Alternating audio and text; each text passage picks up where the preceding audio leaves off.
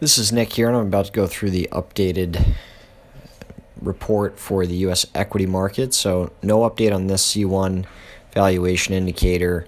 We won't get an update on that until late December. We'll get the Q3 data point that comes out every quarter. But given where we are in the overall equity allocation, it looks like the subsequent average annualized returns over the next 10 years are probably going to be relatively low historically.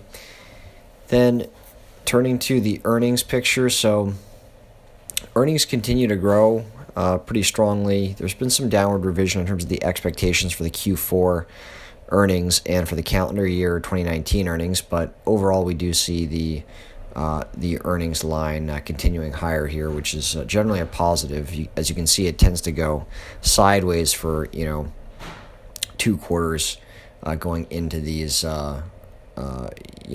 near these market tops. In fact, we even saw it going kind of sideways to negative here before the corrective period from the middle of 2015 to the middle of 2016. Then the business cycle backdrop looks very strong, so the LEI index is making new all-time highs with a very strong year-over-year rate of change as well.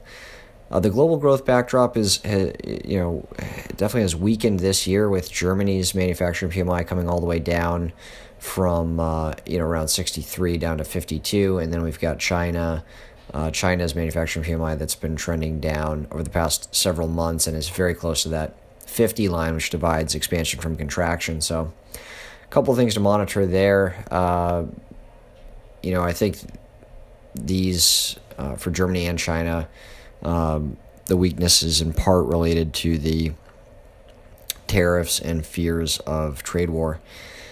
Then moving on to the financial conditions. So the financial conditions have tightened since last month's report just a little bit, but remain overall at a very accommodative level, and so in general do still appear to be supportive of the equity market.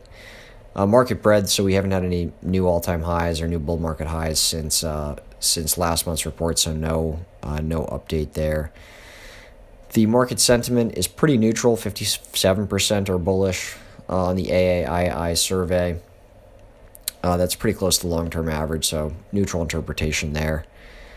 Then margin debt, we're not seeing any build-up here, so it's sort of the absence of a negative with that.